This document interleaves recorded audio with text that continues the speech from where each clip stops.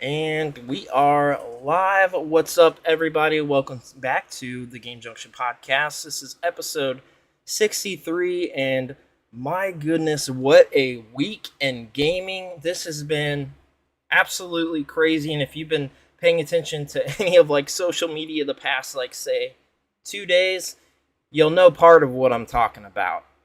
Of course, we've got back Craig. What's up, man? How's it going? Hey, yeah, it's been a crazy week. And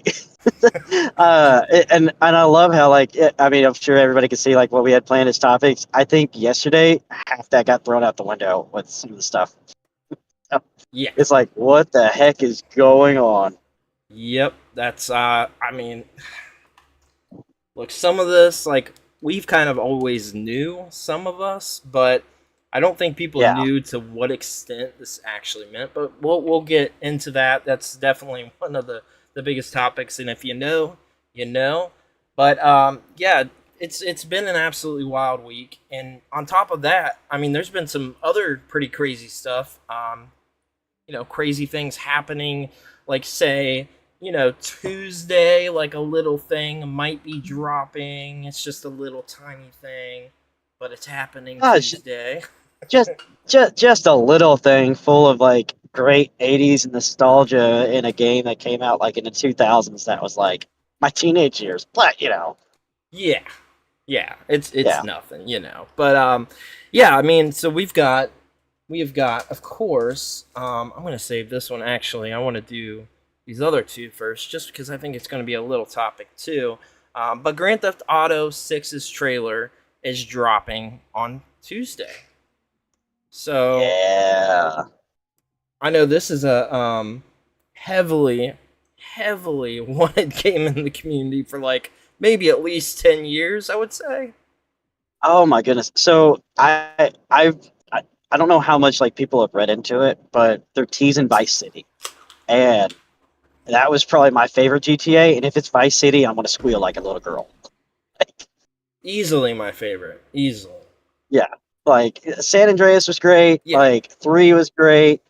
Going back to what was it, Los Santos, and 4, all that was great. But we've been screaming for Vice City for years. Yeah, I mean, no doubt about it. I love Vice City a lot, but this might be sort of a hot take, I guess. Maybe, I don't know. This might be just a me thing. I'm sure it is. But I always liked Vice City stories a little bit better. I did too. Yeah, it's it was more fleshed out. They actually were able to take and spend a little bit more time on it. Even though it was for the PSP, eventually came back to PS2, but still I'm absolutely with you. I thought Vice City stories and even Liberty City stories were better than 3 and standard Vice City. I agree. Liberty City stories was the same case for me. I thought it was just a genuinely really good game, and that was a game to me, at least to me. Like I said, I don't know what the general consensus is on the stories games, but to me, it did not feel like a portable game. It didn't feel like a handheld rendition of Grand Theft Auto. It felt like Grand Theft Auto, a console game on the PSP. That's what it felt like to me. Right. And I think the thing for me was they cut out a lot of the like side quest Yeah. missiony stuff where it was more straightforward. And I kind of when I played Vice City Stories and Liberty City Stories, I was at a point in my life where I was looking for something a little bit straightforward, and it nailed it for me. And so, like, yeah, I'm absolutely with you. And I think even now, like, just you and I are now working adults with kids, like that more straightforward approach is something I would love for them to see go back to. Yeah, yeah. I mean, I think so too. And like for me, I don't know. I'm a little weird with Grand Theft Auto because I really like the series a lot, but I did Hmm. not play a lot of GTA 5, which seems to be like sacrilege because it's been, it's been on every platform and I've owned Right. it like 3 times over, but I just have not played a lot of it. And like GTA Online, I spent hardly any time with it. And I don't know what it Yeah. was. Potentially the time that GTA 5 dropped for like the PS3 and 360. I was kind of at like one of those sort of phases where I wasn't playing a lot of games. Yeah. It was definitely like one of those periods for me. So by the time it came to PS4, I think I probably just, I don't know what it was. PS4 and Xbox One. I think I may just not have cared. Now, I have played the game and I've spent a little time with the game, but I've not completed the story and I've not spent a lot of time on GTA Online. But to be fair, like GTA Online is not. Um, Yeah. I don't I don't play as many online games. Actually, I'll be honest with you. I hardly play any online games anymore. It's not Oh, I'm with completely you. intentionally because I know that there is good experiences to be had, but I am for sure a story and experience guy in a single player form. So, I mean, that's just me, but um with the, Yeah, I mean, I'm in the same boat. I think when five dropped, I was kind of in a weird phase where I just didn't have a lot of time, and it they toted more the online experience, even though there's a great story from what I've been told there.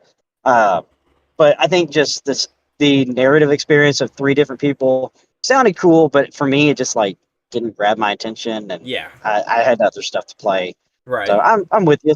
I would say probably exactly like 99.9% of the same experience with GTA 5 for me. Yeah, and I know that's like not the case for most people. I'm not saying it's a bad game at all because I definitely I liked the little time I spent with it, but again, like even I know it was a time of release for me. It was like a time I wasn't like heavily playing games. I've had a few of those peaks and valleys throughout my life. Um, Yeah. but yeah, I mean, I at Well, some point would like to check out more of it, but I am legitimately excited for this, especially if it is Vice City. I'll say that.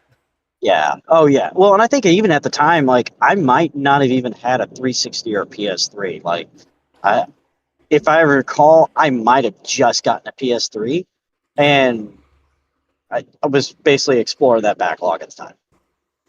Yeah, for me, I had a 360 early on. Um, it was kind of like a I don't remember what was wrong with it. There was something wrong with that first model 360, but essentially I didn't get another one again, and I didn't get a PS3 until the end of the life cycle.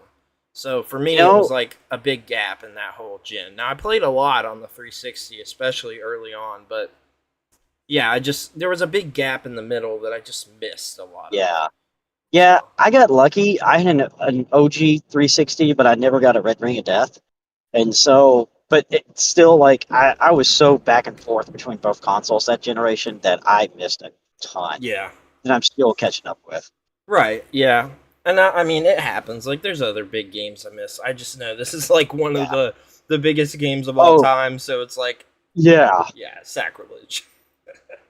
So, but yeah, I mean I'm looking forward to it. But yeah, we've got. I know we discussed a little on this, and that you know we like the game essentially. But Ubisoft tries to unleak Beyond Good and Evil, the remaster, after fans start playing it. Like what? What? Yeah. I thought this was hilarious when I read it. I was like, wait, this leaked. People bought it, downloaded it, and Ubisoft pulled it. And so it's like, what the heck happened? So I thought it was funny, but at the same time, we still haven't even seen anything about Beyond Good and Evil 2. Right, right. I mean, this is supposed to be dropping early 2024. I know that. Um, and I mean, look, this has happened before. Like, this has happened a few other times now. I can't think of specifically what the other big game was. There was a massive Can't game. either. What was it? Oh, I can't remember either. Yeah, I know there's another very large game, and there's been other like sort of medium sized games that this has happened before with.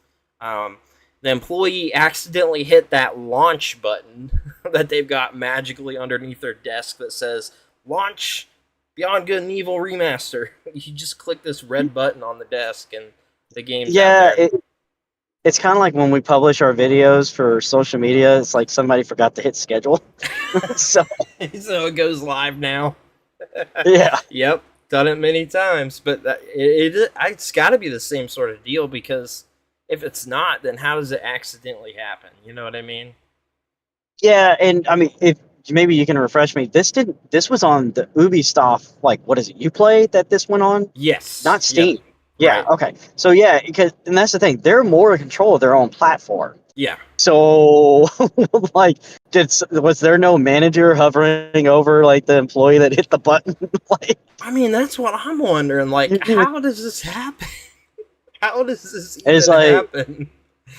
yeah, or somebody maybe just needed a little bit more coffee that day. I don't know. It sounds like, I mean, here's our actual statement. Due to a technical error, an early development version of Beyond Good and Evil 20th Anniversary Edition was recently released to some, it's, I guess, Ubisoft Plus now. Ubisoft Plus subscribers. Yeah.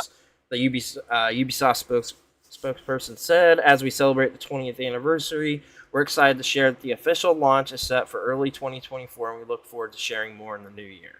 So, I mean, yeah, it says development version though. So I have a theory on this, and this is just and keep in mind, I know nothing, and I'll be upfront, know Yeah, nothing about game design. But I mean, you and I have followed the industry for years and years and years. yeah, They have to submit a development build to the ESRB right. and even Peggy. And so I'm wondering if this got leaked as public unscheduled or like public schedule unscheduled instead of like a private link that they could send out as like access codes to Peggy and ESRB. Right. Is what it that's the only way I can see that this got leaked. I can see that.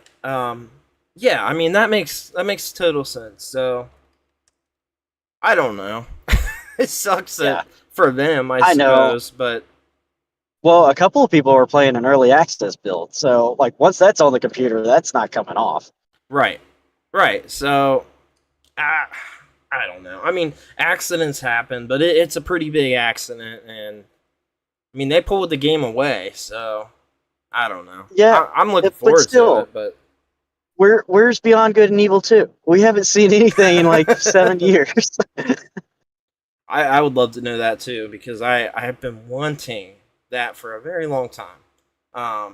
Yeah. And the fact that we didn't get that a long time ago kind of surprises me because I thought the game Well, did and well even back then, but it was supposed to come to the Xbox One, like that yeah, generation, yep. and it was just like been radio silence ever since the PS5 Series X launch. And am I wrong in remembering that it was earlier on in that life cycle too? I feel It like was very early. It was like okay, what? So okay, and I'm dating myself. So PS3, Xbox One was what 2013, yeah, that and sounds right. so that might have been like 2015, 2016.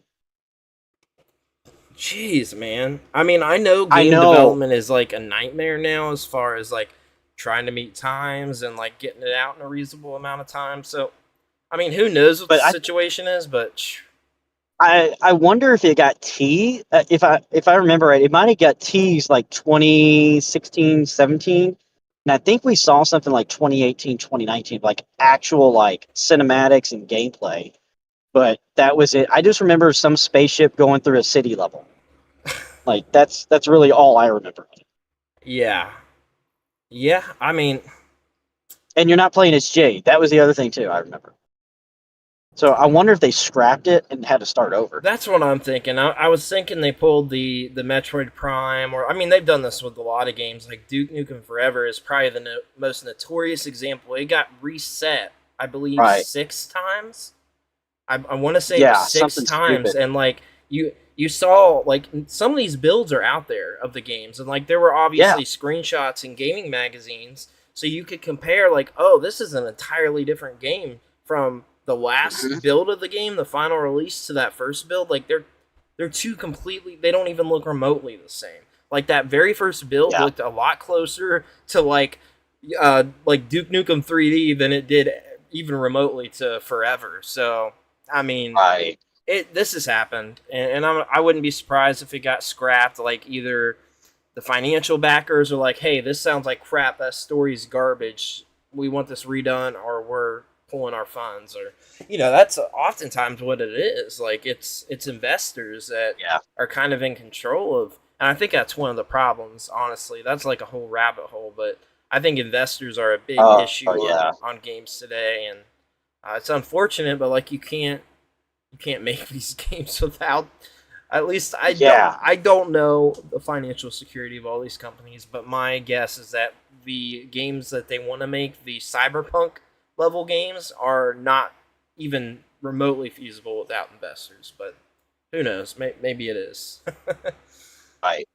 So, Well, I mean, GTA 6 is probably feasible because of how much money they've made off that oh game. god, yeah. Oh But dang, they can pay for that whole. but like Yeah, yeah, but like I mean, it's a conversation we can have. Like I think would be a really good conversation another time. yeah, But seeing like all the Kickstarter back stuff, all the self indie stuff, because like recently I've reviewed a few things where there's one guy making the game, yeah. and Yep. it's like you can like it either turns out awesome or it's like ooh like hey can I give you some feedback before you hit like save as published. Yeah. So yeah, it's and it's time and it's money and like we get that, but There's a game, and not to God, mention I feel how much it's salary they're losing. right. Like, here's my opinion. I'll just do a quick little take on that. My opinion is stop making these $1 billion or $500 million games. Go back to the level Right. of where these games were at the $5 to $10 million range. So, I mean, that was Yep. pretty common for, I want to say like 6th gen games. Yeah. Yeah, No, I'm 6th gen and totally with Xbox. you. I Cut back and on these it's not even a AAA graphics thing. $1 billion. Yeah, nothing to do with that. I had just as Like we much don't fun playing games on the NES, Super Nintendo. Now, I'm not saying everything go back 2D. That's not what I'm saying. But I'm saying scale right. back. I'm good with not having, like an Anthem or like, stuff like that. These live service games that are costing $10 million. Like, cut back. Give me a smaller, even if it's a bite-sized game that's a fleshed out experience and a good single player story with some moderate online player, whatever, online multiplayer, but scale Mhm. back like 1/10 or something of where these games What was are. well and like even when you stop and consider how much money they're actually making on these on the back end, like we're not even talking about like Walmart, et cetera, cut. Right. Uh, upfront grosses and the amount of money they're losing on launch is stupid.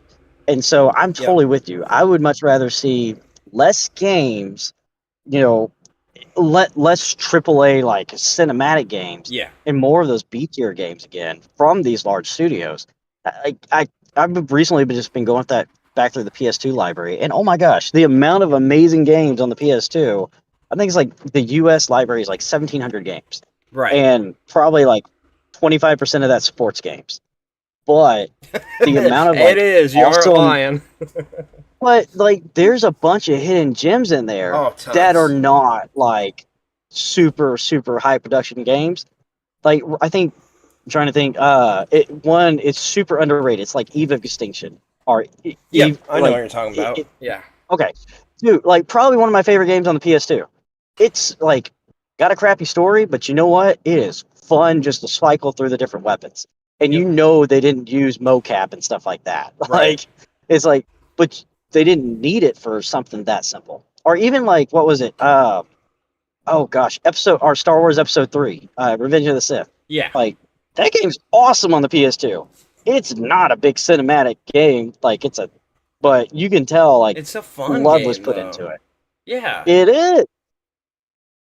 Yeah, no And no so, doubt. yeah. I'm with you on that. Like, look, okay, hear me on this. I don't think this is really a hot take, but I am good with getting this 7 out of 10 on either the graphics front or any of that stuff. A 7 out of 10. Like, Mhm. I will happily take a game that does not look like it's a literal movie, right? But where I'm getting this Right. awesome gameplay experience and having fun with it, and you guys aren't losing as much money. Scale back on any Right. of that extra stuff, any of that extra that nobody's asking for. Mhm. There are so few people that are asking for a game to look like it is a full-length motion picture, beat for beat in the looks with the mocap and all the stuff that adds all the extra crap to it that costs so much.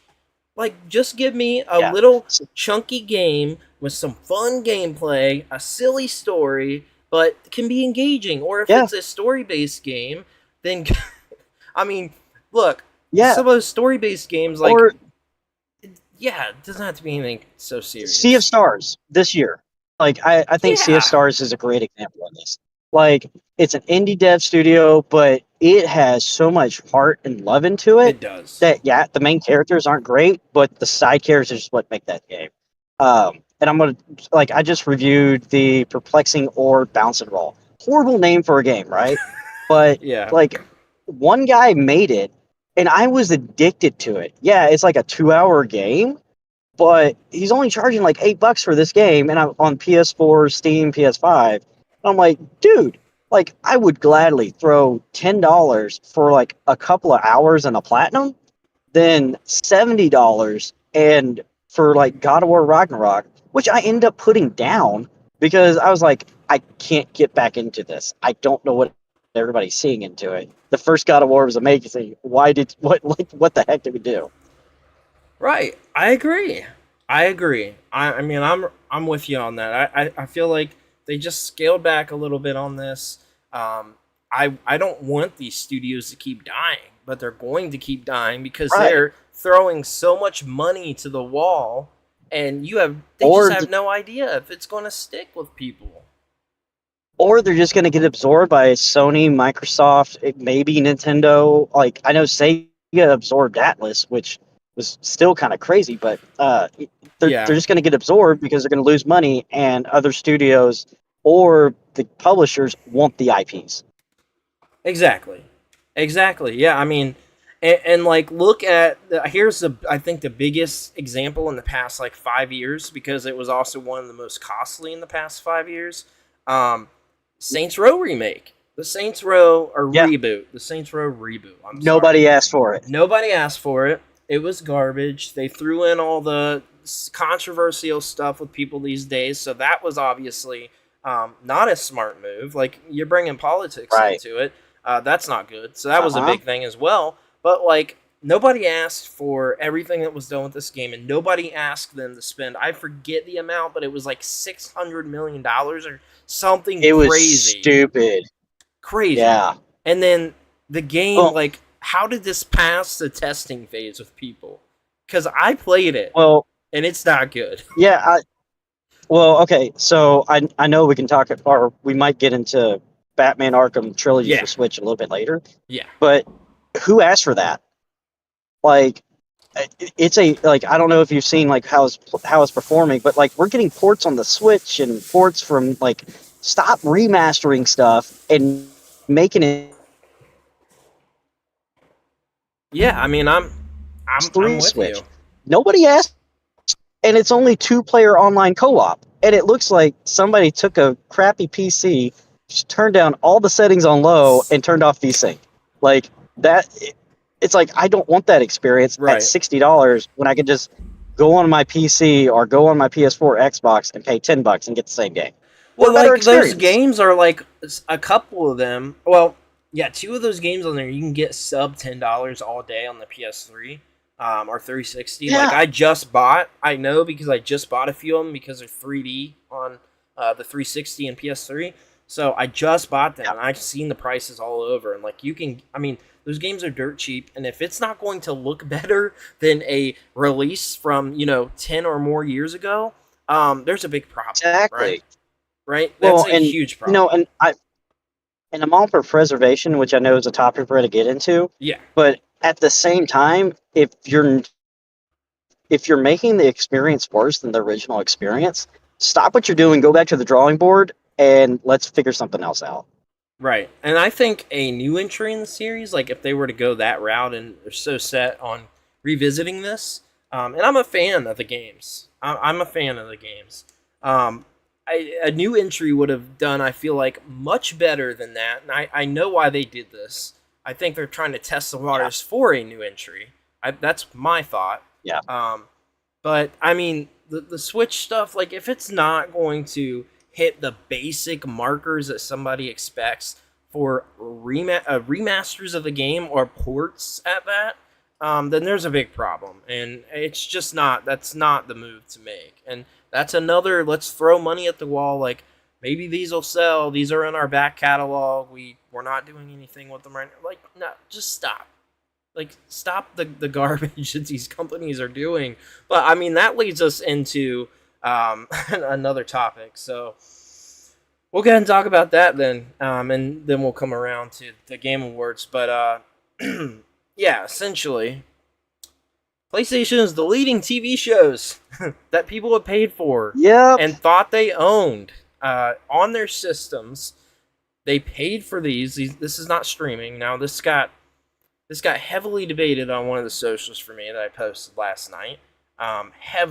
Heavily debated. Like there were, I think, over 6,000 comments and likes in total on this post, and it was a crap show. But yeah, these yep, are not stream. This is not streaming.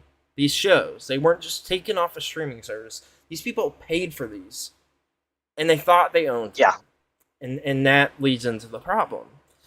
And yeah, I'll go yeah. ahead and let you take it from there on on that sort of front because it's a crap show. Oh, yeah. So, man, I don't even know where to begin on this one. So every now and then I catch gaming off the grid, Yeah, like their channel stuff, and I think one of them said you will own nothing and learn to be okay with it, and that's exactly where we're going with it. yeah, Like if you really want to own it, so okay, my wife is a huge Christmas rom-com movie fan. okay. There's a movie that Hallmark. came out like in 2000. Yeah, exactly. Our GAC, like, Yep, all yep. that. Anyway, there's a movie that came out in 2001. It never released on DVD. It was straight to like on air TV in the Oh yeah, US. made But for they TV put out a movie. PAL version. Exactly. And here's the thing, she loves this movie. You cannot legally buy that movie anywhere. But if you download it, like somebody's YouTube channel, and you actually make a like high quality DVD version of it, you're going to jail. And so it's like, well, where do we draw the line? Because like technically, these people pay for these movies. But if I do this on Steam, like the Transformers, oh, help me out here.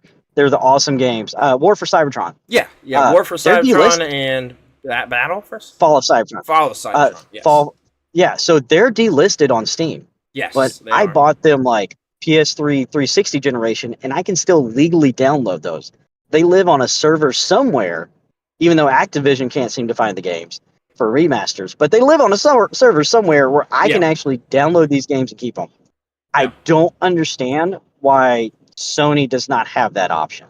Like They do. it, it's got to be in somebody's contract, right? But You would or think. at least allow you to sign in with your Discovery account on a PC or something and download them. Right.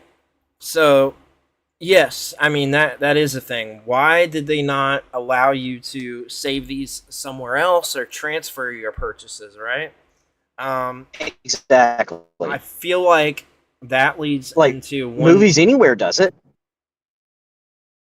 I'm not. I don't think I'm familiar with that. What's that one? What's that service? Okay, so Movies Anywhere allows you to connect. Like, so say, for instance, I bought Nacho Libre on Apple, like Okay. whatever the iTunes, and so I was like, oh man, I really want to watch Nacho Libre. As dumb as that movie is, it's like, but so I sign in with Movies Anywhere. It connects my Apple, Vudu, Google, Amazon, like all those accounts talk. And so it's like I don't understand why those accounts it's okay for movies where I can buy something on one platform and stream it off another, but we can't do that with TV shows through PlayStation or even our video games. Like it's if you want to go to an all digital future, movies right now are doing it probably the best way through stuff like that. Okay. All right. I mean, like that was a thought of mine. Like, why are you not essentially able to export these movies or access and download them somewhere else? And Exactly. Or even put them on, like download them to your PlayStation hard drive and put them on a flash drive and transfer them over. Like if they're just .mp4 files that are being streamed. I don't know. I think as far as that part goes, so essentially we know that this was like a discovery related incident Yeah. apparently. Yeah. Um that's what's being said. Well, I, well, and I think part of it too is because Discovery and HBO Max combined into just Max. yeah, And so HBO is letting go of a lot of their shows to Netflix and other places, right. which sucks. But and they killed the whole Discovery Plus app. But it's They like did, still yeah. like people pay money for this. Why are you not letting them keep what they paid for? So this is just a guess, but my thought is that either a PlayStation just doesn't care. They are That's not probably realistic. consumer. Yeah, I mean, I would Yeah, believe that. It's more apparent in 2023, which is sad because again, I think this has been one of the best years of gaming ever. But it doesn't mean that there hasn't I been yeah. setbacks, and that the setbacks have largely been with PlayStation this year. I have been almost ashamed to be a PlayStation fan because I Yeah. have always I've always not put them on a pedestal, but I've always like championed PlayStation. I mean, I really have realistically I like all the companies, and like you could Yeah. say I'm a Nintendo fanboy, but like second behind that for me is PlayStation. I mean, it's right there with Nintendo these days, and Right. I've always loved the company. From the inception of PlayStation, I've been a fan, and it's just disappointing because to me, they used to be the ones that were the most consumer friendly at one point. Like they seemed like they were. Yeah. Like look at the Well, PS3, like the launch PS3. They let you play the huh? last two systems on their system. Like they Well, they were even full backwards compatible. well, and then look at the launch of the PS4 when Microsoft was leaning towards like I mean eventually they got there, Online only. but the whole like oh hey it's all oh you Uh, can play or share your games and they literally pass a disc from like that was the best marketing like yeah. slam dunk I've seen in so many years. But they backtracked where now they like oh do you want a disc drive for your PS5? You're gonna have to pay extra for it or buy the disk drive separately. And can if you buy the disk drive separately, you have to connect online to activate it. Like It's what? just What the wild. crap? I'm totally with you. It makes me not want to buy a PS5. Yeah, I mean, right, can you be blamed for that? Like, what is going on with the company? Like, I mean, this has doesn't exactly have to do with the entire conversation, but it kind of does in the fact that like PlayStation is the one championing being non-consumer friendly. Like, they're the ones being the champion for the Yeah. companies. Like, they're the ones that are telling all the other Well, companies that this is I mean, okay. We're doing it. We're one of the biggest gaming companies ever. If we can do it, you can do it. That's the signal they're throwing. well, and I think too it has not helped. I hope you cut out there. But I mean, yeah, like I just think this is not pro consumer friendly. And it's just Never kind of said crazy. PlayStation Plus. Oh, you're back. It's yeah, Can you hear me? but then okay. Yeah, you cut out Sorry. for a while there. Yeah, I love Protective. Anybody knows what I'm talking about. Okay, so eventually what I was getting to was the PSP and PS3 store cancellations. Yeah. Like, that was huge. And eventually we lost the PSP store Yeah. and technically really kind of lost the PS Vita store. But it's like you can't just go on a web browser and buy those games anymore. You Yep. now have to go log into your system, pray your system works, and Nintendo's the worst about this. Like, if your Wii died and you downloaded a bunch of classic games, you're never getting those back. And you Right. can't download those anymore. And it's like the all digital future sucks. Like I mean, yeah. it just sucks because we do thing. Like, it's all licenses. I mean, here's the thing, right? Like, and this conversation was brought up a lot, especially last night on Threads. We already know that like the direction is heading towards streaming. Like the end goal is to be streaming everything. Like they don't even want it to be like digital based because at that point when it's streaming only for the companies, right? Which is it's at the rate we're going, it's going to happen, and it's almost nine. It's almost certain. I'm 90% certain that is where we're heading, but they want that because then they can they can curate the games more.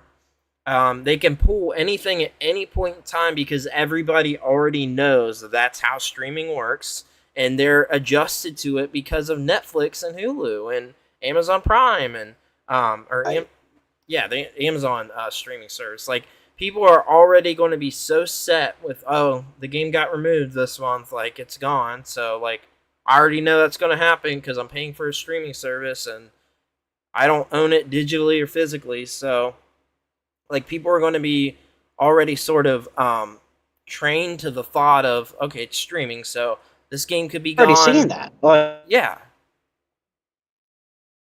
Yeah, oh, you cut out again, but I mean that's kind of my thoughts on that. That they're sort of training people now to the game on 360 streaming future. PS3 got to Oh, you're cutting out real bad. That's it. Just okay. I will. Hopefully, I get good service here in a few minutes. Okay. But yeah, I mean that's what they're doing, and I think that I personally think the end goal is streaming because like for them on a financial front, they're going to make more and spend less. Like people are going to be so accustomed to having to sign up for a subscription, like they're going at that point. People are either going to buy the console knowing they 100% have to pay for a subscription service to play anything, or they don't buy that console at all, and that's it. I mean, there's no other options. Like, the only people that are going to be around are the very, very, very, very niche market of things like, say, and I'm not saying like this particular company will be around then or not, but it's going to be those type of companies like Evercade is the only way we'll have physical copies of games for any sort of thing at all. Like, I'm sure that there'll be other limited run type companies that will have a handheld or a little, miniature $100 console out that plays like carts or discs, right? Like, that's the only like physical thing that I see happening in the next 15, 20 years. But that's just my take. That's where, with the direction that we're heading, anyway. That's the end goal for these companies.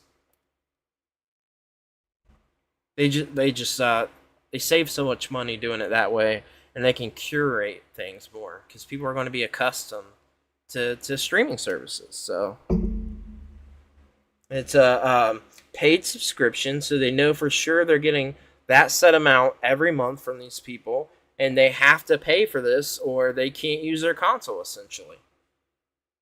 So, I mean, that's kind of my thought on that, personally. But I think that's where we're heading. Yeah, okay, I'm Oh, back. You're back. Okay, Yeah, sorry. It's if I just go dead quiet, just rant on without me. I Sure. hate driving like No some of these worries. back roads. Which, hi everybody. Oh, you're back out. To Texas, I'm in um, Mexico. Like, yeah. yeah. I- But yeah, that's kind of my thought at it, on it personally, and I sort of think that that's where we're sort of heading, and that it's going to be like a thing moving forward. That's how everything's going to be, and that's how it's going to happen. So, but yeah, that's that, and I mean, retailers. it does, but like, do the retailers really have no say in this at all, right? Like, my, my thought is the only say they had in it was Best Buy is removing movies and altogether and completely downsizing their video game selection that they offer physically there. So like their say was we don't care about physical copies either because probably my thought is probably because they don't sell them. They're not selling them. They're probably losing money on the physical copies. Is my thought, but because Best Buy had that decision to continue to do it, and they're not. They're not doing it anymore. They're not going to sell movies. They're going to limit their and video if you look games. at how much,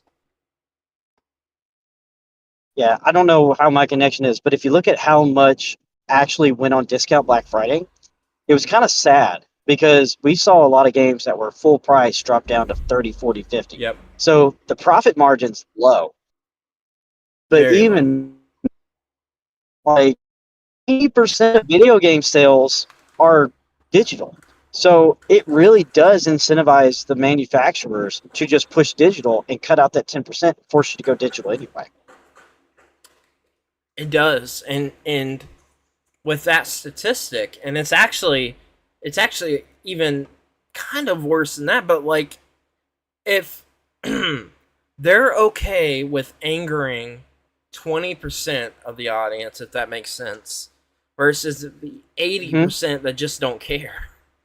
Like 20% to them is like either they're going to lose maybe a fourth of that 20% and make more money by not making physical copies and doing digital only and eventually streaming only, or those people are going to get over it because they still want to play video games and they're just going to adjust to it. Like, what are they realistically losing from that 20% of people that are buying physical games? It's got to be like 1 or 2% of the 20%. So, like, potentially less than 1/4 of those people they're going to permanently lose forever. You know, those people are going to get mad for 3 or 6 months and come back around because they miss playing video games that are new and current because everybody's talking about them. Right. I mean, that's my thought. Like, looking at the bottom line, what are they losing? About, and even take out the manufacturing cost. So if you have the retailer who is realistically maybe making like $5-6 on a $60 game, it makes no sense because then also you have to eat up all your manufacturing costs, your shipping, like, and it's not like Walmart orders these straight from Sony or Xbox. They have to go through a distributor, so on and eats up a lot of the upfront costs. Walmart, etc., eats up another cost. So literally, you're cutting out two main retailers, and it's right to the console makers or to Steam, whoever. Yeah, okay, so I might not be exact on this number, but I know I'm at least very close. Walmart makes so little on a physical at $60. I don't know the $70 cost, but they make below, I know it was right below $5 for the sale of a physical game. Something like $4.15 or something. And that's at a $60 full price game. Yeah. And it obviously just only gets lower from there. And keep in mind, too, they offer free shipping. So now that profit margin's gone because it probably cost them at least $3 to ship. And they pay for Because I know employees, and when we they were pay for selling, their especially facility to run their like facility. Yeah. yeah. So I know, like when my wife and I were selling on Amazon, we looked into buying from a distributor, and a $60 game was going to cost us 49. Yeah. Yeah. Well, It's so to be little. competitive, I was going to have to send that to Amazon. Like if I sold that on Amazon, I wouldn't even make it that $49 back. I would end up making like 40 to 35 because of Amazon's fees, or even selling it on eBay. Take out like say $6 and 10% fees, then $4 for shipping. I literally break even. So at that Yeah. point, I'm just doing it to be nice. Yep, so I have done something like this in the past where I've gotten games from distributors when I worked in video games, sort of retail or the selling market essentially, and yeah, it's just like that. For like a new release or something current, or say like a $40 boutique sort of release, you make so little Yeah.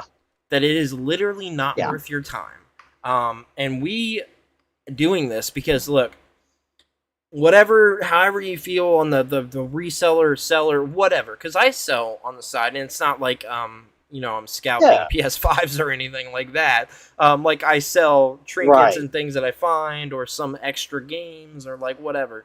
But like even with just going through one person, or say I bought this game to trade or sell or whatever to make a few bucks, if I go just the fees through a seller's market, like say Mercari or eBay, like sometimes for Mercari's some the of this worst. stuff, yeah, if you don't price it a few dollars, because people can be more competitive when they're working at a larger volume or things like that. Like you make so little.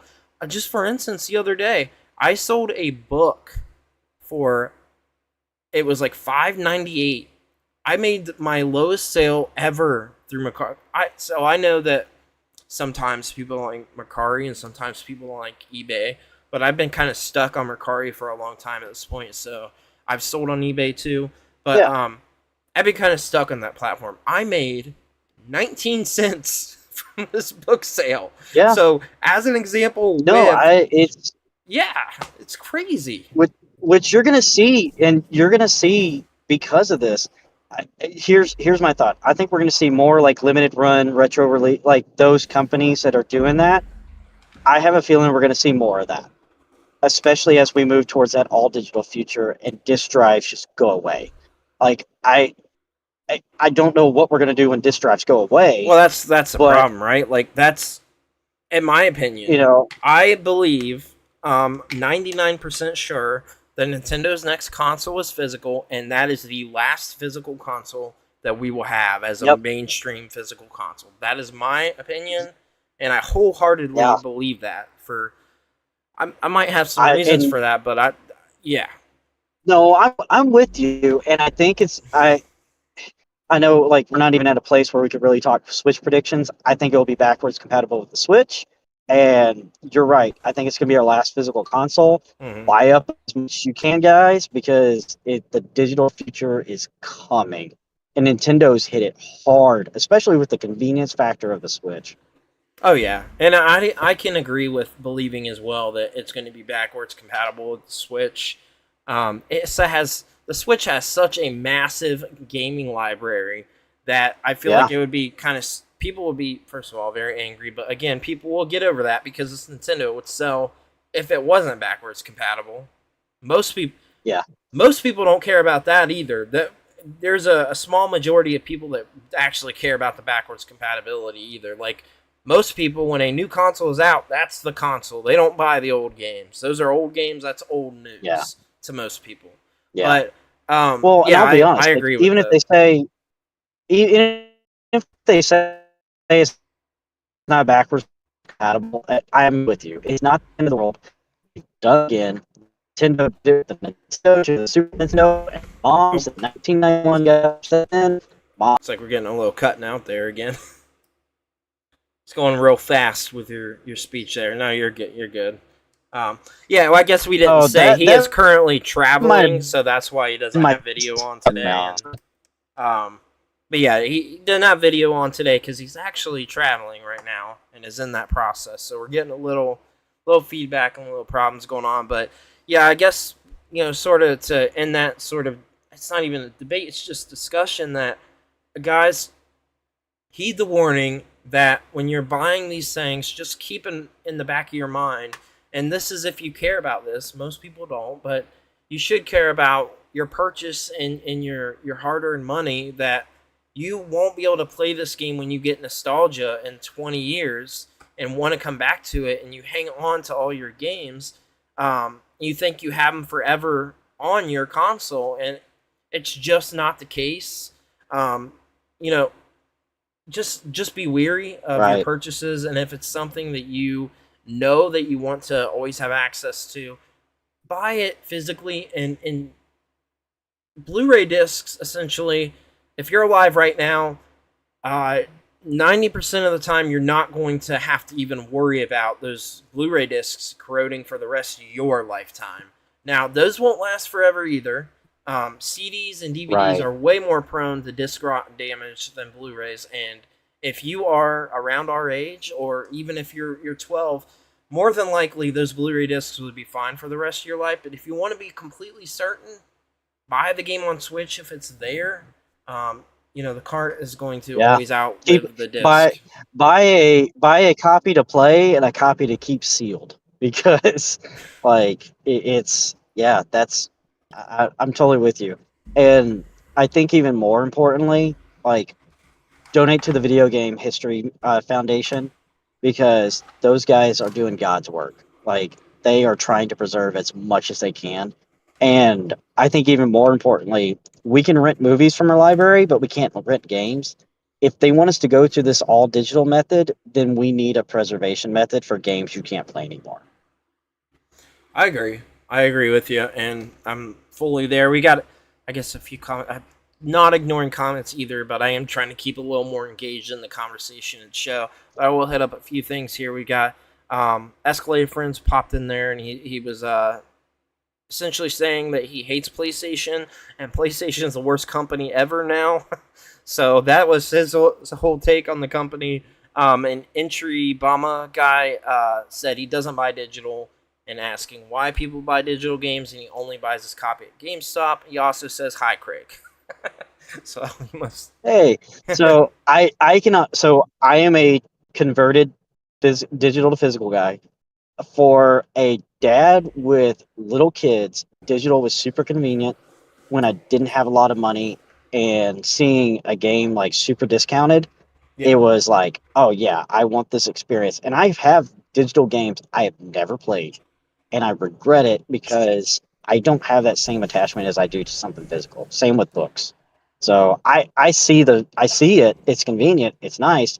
You can pre-order and it's downloaded like midnight instead of having to wait at GameStop. Yeah. But yeah, it's There's. I get it. I'm a physical convert myself. Yeah. No, I said this. Since I don't know, I hadn't commented anything past like 4 o'clock, but all the way up from yesterday when I made the post across the socials and up to like 4 o'clock today. Like I said, one of those absolutely blew up, just blew up. Like I had to Yeah. stop and say I can't keep up with anymore and turn notifications off. But like people were either on one side or the other. There was nobody really down the middle, but there were a lot of people confused too. So you had people outliers, and you had the people that didn't quite understand or just didn't know. And Yeah. like I will never say that like I don't play digital games, because I've got a massive catalog of digital games, but most of these were not ones that I bought. They were free games that I've accrued. I've been a Xbox Right. Live subscriber since the beginning, OG Xbox, and I've got games accrued all the way from the beginning days of 360 when we started getting Xbox Live Mm. Gold, and then by the end of the PS3, I've been a subscriber there. So I built up a Right. digital Well, library, and I and here's the thing. still. Oh, go ahead. Cancel those subscriptions, those games are gone. Yeah, Like this is the first time in 10 years that I'm canceling my PS Plus, and yeah, there's stuff I'm losing, but honestly, like I've never owned it to begin with. Right. Yeah, no, I mean, and that's the case. Like, that's where we're at. Like, you got a digital library right now, but 10 of those games could be gone tomorrow. They could all be gone tomorrow. Hmm.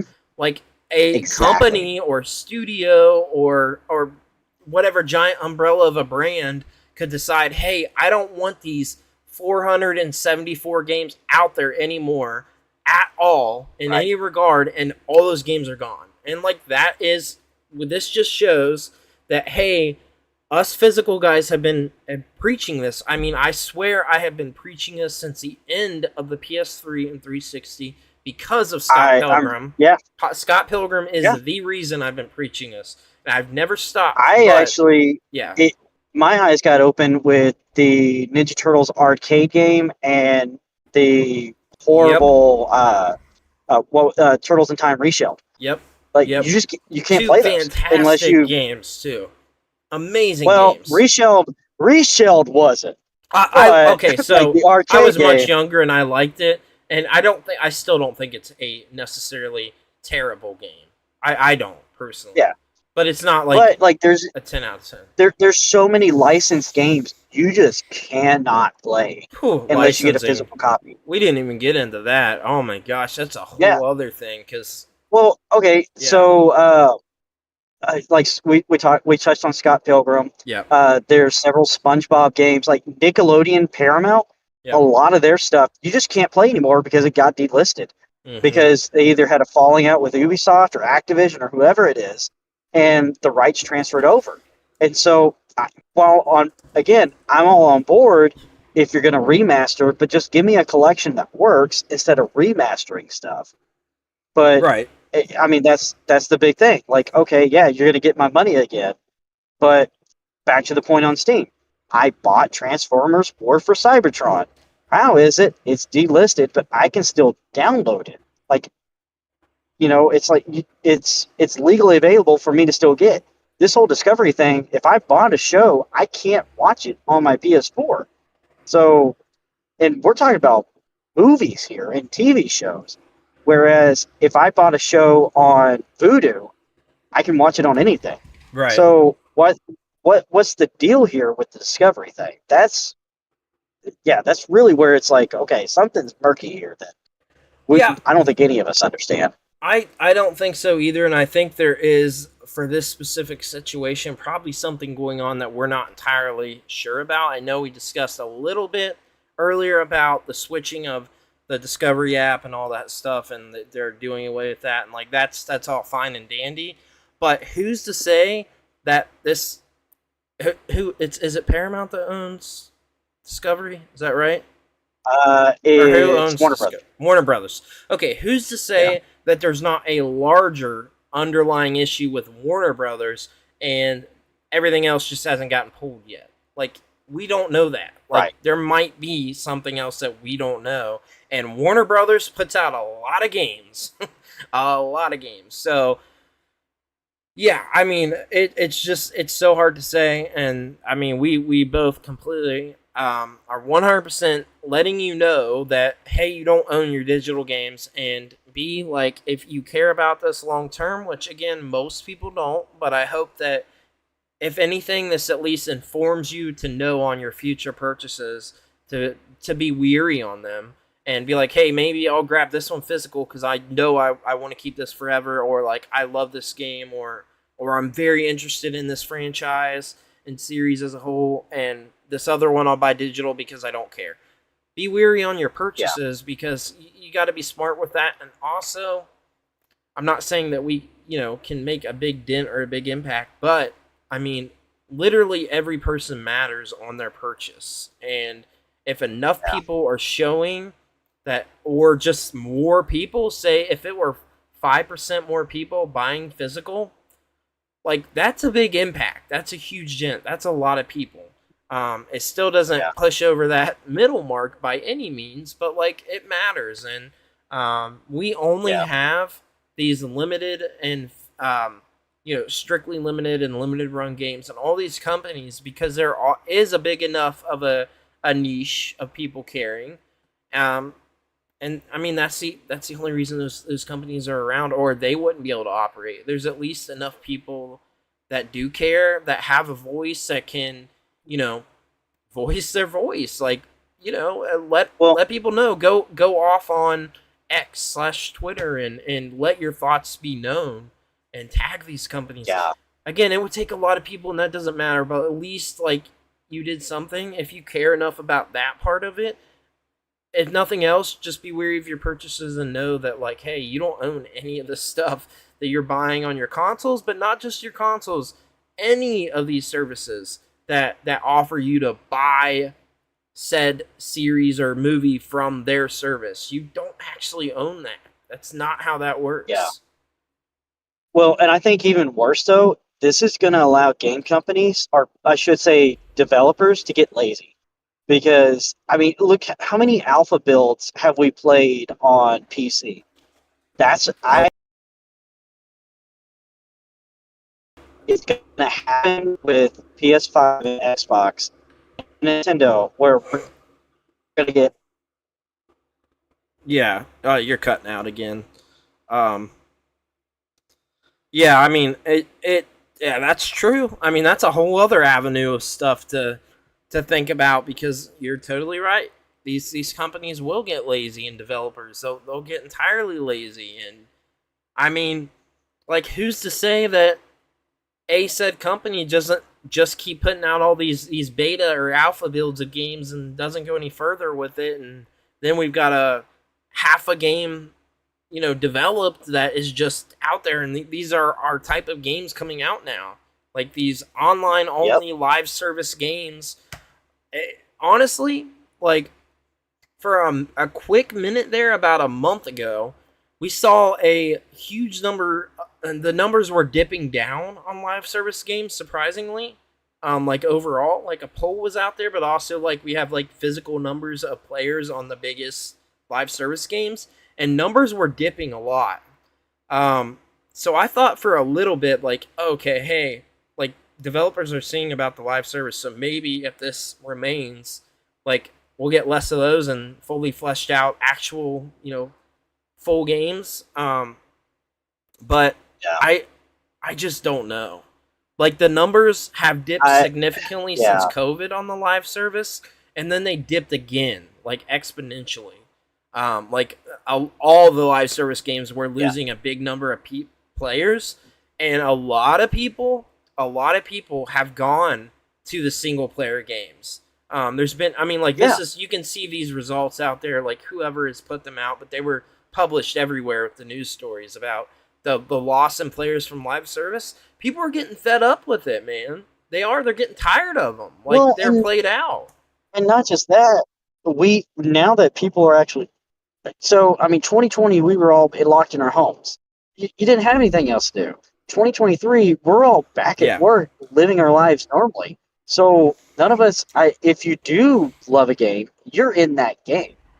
Like, right now, my 6-year-old and I were playing through Mario RPG. I don't want to play anything else or get invested in anything else because I'm in that. Yep. And so, like, yeah, it's fine. Like, I might hop into like XYZ, whatever, but my time is more limited. And I think I think it even comes back. We just have way too many games now. Like, it's overwhelming people's anxiety. Like, I know my anxiety triggers where I'm like, what do I want to play? And so I think we slow down the releases, spend more QA time with these. We're gonna see live service games come back up, but it's probably gonna be a while. Yeah. Yeah. I agree with that. It probably is going to be a while. Like, we've just gotten so many. Like, the live service thing really started out as like a concept for like a game, and then like a couple games were like implementing that thing, but then a couple turned into a lot, and it like caught on. Like, I don't think live service was ever really early on intended to be like a template for game development, like this is like the base template for video games. I don't think that was the case. But now, like, you know, a few caught on, and we know how long these games take to develop. It's not unheard of for a game to be in development for 10 years now. So, like, Right. a lot of these live service games may have started development, the 5 or 6 years ago or whatever. Like, I can't remember what the first, like, when we started getting the first, like, wave of live service. It all blends together. It feels like sometimes now, but who knows? I mean, I it mean, was it those was games really keep 360. it. Well, no, actually, before that, I mean, think about World of Warcraft. Yeah, You no, cannot play it original right. World of Warcraft anymore. You're right. You're I right mean, you on can play that. classic, but But like, and even Fortnite, like they just did an anniversary of their original Fortnite map. yeah, Like, but the yes, actual game is fundamentally different, it is. Yeah, and it's build the world or whatever it's you called. know I like forget. yeah, and so like even looking back at WoW, like the amount of people that will never get to experience the original, like, hey, I am playing the same like areas as everybody else, buying the expansion pack with everybody else. Those days are gone. Yeah, I mean that is entirely the case, and like I guess I was thinking when I'm talking like the sort of boom of this like new wave or whatever. Of I sure WoW and all those MMOs are all that way, but I guess when I was talking live service, I strictly meant like sort of the console experiences that sort of Yeah, started with the games like Fortnite and PUBG, to like the extent of where we are now, because MMOs have been around for a long. I played MMOs at the end of the '90s, like, and they were around before that. But I never but I really think thought of really those as like PUBG and Fortnite launched off. it was like the kickoff for like stuff like that, wasn't it? Or is that just Right. I feel like it No, was, and but you're exactly right. Like we were kind of dipping our toes in it during the 360 PS3, just because of like Halo multiplayer, Call of Duty multiplayer, like those big multiplayer experiences. yeah, But they were live service to like a limited amount because you could still like you could have the base game and play right, with everybody, or exactly, the yeah, gameplay experience might not change. But Burnout Paradise is a great example of this. Um, if you played Burnout Paradise then, had in-game live ads. Paradise, that same version, those ads timed out, and now they've been replaced. I remember driving in Burnout Paradise and seeing an ad, or no, maybe it's 2012, the year it was. That got patched out. yeah, yeah. I mean, I feel like I don't remember that. I'm like maybe I do at some point. I don't know, but yeah, I played Burnout Paradise, so it's a good game, but yeah, I mean, like, it's just crazy. Like, we got comments. So, Entry Bomber Man guy said, I don't play any live service games, but I did play Anthem. I would not consider WoW and RuneScape as the new console live service experiences. Yes and no, but I would say no that Fortnite started. I mean, that's kind of what I was sort of talking about. But yeah, I mean, MMOs are by nature live service, but it wasn't a term then, and it didn't feel that way. You like Right. 100% went in knowing like this is a online game because it's called multiplayer or massive multiplayer online role playing game. So it's like online only. Right. But yeah, Trepid Girl Right. Xbox said, "Hello, how's everyone's night going? Can I ask a question? Because of this, are you guys more on board for Xbox?" My answer is yes, but I've never been off board for Xbox personally. I love the Series X and I like Uh, the previous consoles, but I was mad early so on in the Xbox One, yeah. like when that was announced. I didn't like that at all. I can't defend that, but they changed their tune when there was enough of an outcry from people. So I think because my burnout with Xbox One, part of the reason I didn't get a Series X. But the other thing too is looking at the Game Pass numbers and games leaving Game Pass. I will be totally honest. I'm at the point I will stay with Nintendo until they stop making cartridges, and then I'll just be an old man playing my NES and 16-bit games and play PS1 and let my kids do their thing. Like it's it, Oh, we lost you. um, yeah, I we mean, I don't like it. We're about to just what kind of what it feels like. yeah, I know, I get that, and like even look, hey, I am. I'm a big Nintendo fan, but even I can't fully defend Nintendo. I'm not necessarily Right. saying they're even being consumer friendly now, and like their practices are pretty gross too. Like I don't think any of these companies care. They're worried about their bottom line. They're making that money, but I do get that, and like I'm with you on that, especially in my head, thinking that this next console will be the last console to offer a physical option, or and b that it's probably going to be backwards compatible. And also, like I love the Switch, but look at like the Virtual Console, for instance. Like I Yeah. that was kind of a screw over, and like their subscription service, like I've been a buyer since day one on that, but like even that, it's not good. Like it's not a Yeah. good service. Like we get a couple of games whenever they want to drop them. It's Oh not no, even every they have month now. yeah, and they've botched some games like GoldenEye. Yeah, GoldenEye, you cannot comfortably play it. You can play it, but it's harder because the translation and controls. yeah, You know, yeah. and like we were talking about the analog pocket last week or 2 weeks ago when I was on. Uh, like I'll be honest, like this past 2 weeks, I'm like, you know what? They released a Super Nintendo core just a few days ago. I was like, like that analog pocket's looking like a better option for our old games that we want to go back and that preservation versus relying on these services. It is. I mean, like, look, disregard, I guess, the company. Look at just the device, because that's where I'm at. Yeah, I get that. Yeah. Like, they're open Oh, FPGA. Like, they're not selling games, so you have free reign with this essentially open source software that's playing these games.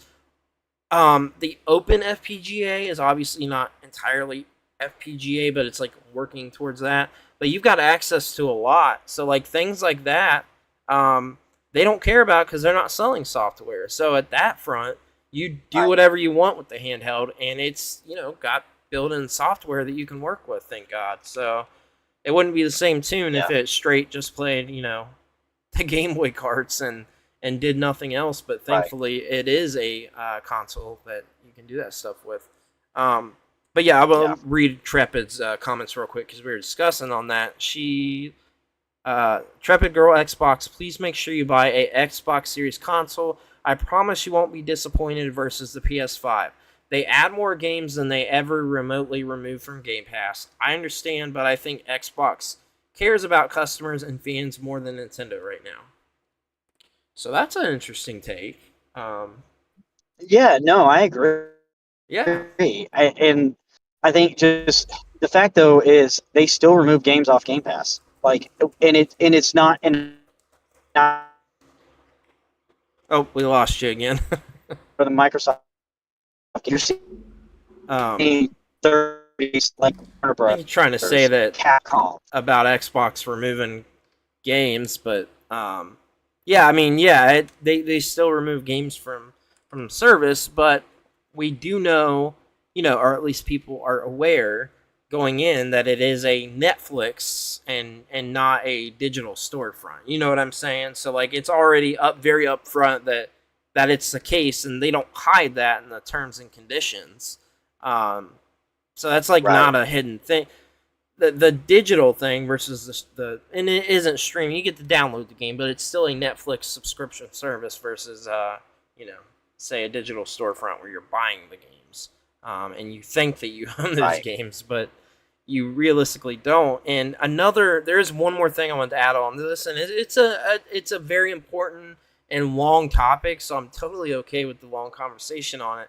But the last thing I wanted to bring up about this is that a lot of people, like I said, I heard literally everything about this last night that you could hear about it. I swear, like there were points that, like, oh, that is an interesting point, or oh, that's an interesting take. But one thing is that at the end of the day, like there was a lot of people getting upset or like surprised that people aren't reading the terms and conditions, and that this has been right in front of everyone's faces the entire time and nobody knew Right. except the physical either collectors or just physical buyers.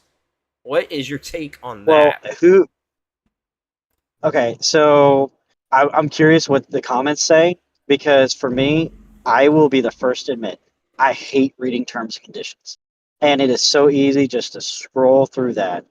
But I learned my lesson with the Wii, PS3, and Xbox, and I mean, I'm in the boat where I knew like stuff like this can't happen because we saw it again with the Wii U and Yeah, 3DS.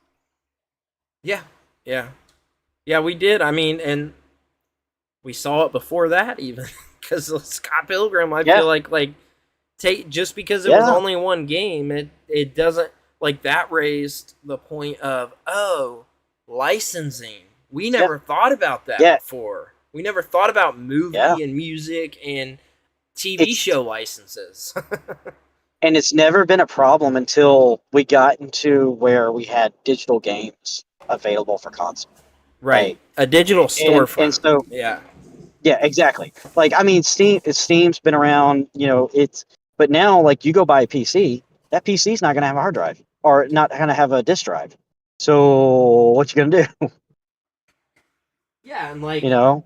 yeah, and those just all this brings up so many points and this goes beyond video games. This I feel like reaches Yeah, the broader amount of humans that consume any form of media now because this right, brings up just about everything in general. This realistically at the end of the day has nothing to do with just gaming. This is not what this is about. right, It's not even about video games. It's just on a video game console. But it's not just right. there. Like they have an app, a PlayStation app, and like Mhm. this brings up so many different points for people. Or This is how a many universal thing. apps? Yeah, like just the number of apps on Google Play and Apple that have been delisted. Like, and not just games, like productivity apps that you can just no longer get because they're pulled. And once that happens, that's it. And it's like it's super unfortunate. It is, and I think this goes beyond even just media. I think this goes into the thought of people looking at and reading what they are agreeing or signing to before. And Right. I am as just as guilty as you or anyone else because it's the same thing. But I will say, I did at least know what I was clicking on. So at the point of knowing that, hey, my online activity is watched and monitored. B, anything I buy on your service, platform, console, handheld, whatever, I do not own. And just everything is monitored to a T. And anything I do on Right. here is not mine. You can take Well, my and account away. You can take my points away. You can take my money. yep. You can take my games, my TV shows. I own nothing.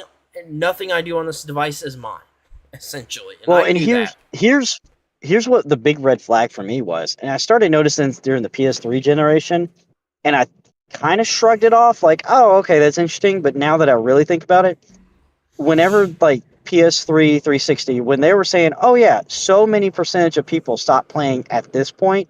It's like, wait, how did you know that? And so Right. because as these games are online and they're able to read like not necessarily our save data, but they know the hotspot data, it's like, "Oh, hold on. Like this is a little like big brothery in Yeah. many ways." And it kind of almost makes me just be like, nope, I'm like done with anything internet. Not to get that conspiracy theory, but it's like, I mean, when they can pull that kind of data, like the whole digital future is getting a little bit scarier and scarier. Yeah, I mean, look, like this is a, I guess, pop culture sort of thing. I was just watching the news the other day, which I don't normally do. Like, hear about things or see big things that pop up, but I'm not a news watcher anymore. Yeah, Essentially, the discussion was brought up on the news because there was 7 out of 15 electronic toys shown that these toys are tracked in some sort of manner, whether it's the Wi-Fi connectivity and in the terms and conditions. Now, look, I know news twists things and spew yeah, bull crap, but I don't necessarily think that this was false because this is the case. I can't say the amount of things that I've had to sign a terms and conditions for that is my daughter's Right. item that I have bought for her or that she's gotten for I'm Christmas right or her there with birthday. you. So, I mean, even if like the truth is fibbed, that is the case, and I think that hopefully this raises the point, or at least even if it's just to the gamer community, that they notice and pay attention more to the terms and conditions and anything that they either hit the check mark on, sign, or agree to in any regard. Because just any of this, I feel like this reaches much broader than gaming or even pop culture. That this kind of reaches everything to show that, hey, like, pay attention to what you're signing here, because some of these people may have shelled out upwards of $4,000 over time on their PlayStation consoles. Look, we're on the PS5. Yeah. People, it's not unheard of. I spent that much on physical media. I'm sure people have on. You know, so I've easily, just on TV shows and movies physically, I've spent that much. So there's no doubt that people have digitally, and maybe more people, you know. So I think this raises the question of what am I signing to, and should I be signing it, or do I care, and am I going to be more weary of what I spend my money on?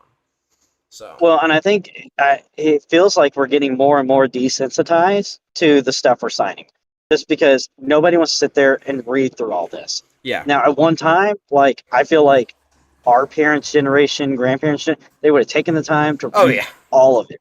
But there are so many terms and conditions with even like my daughter's camera.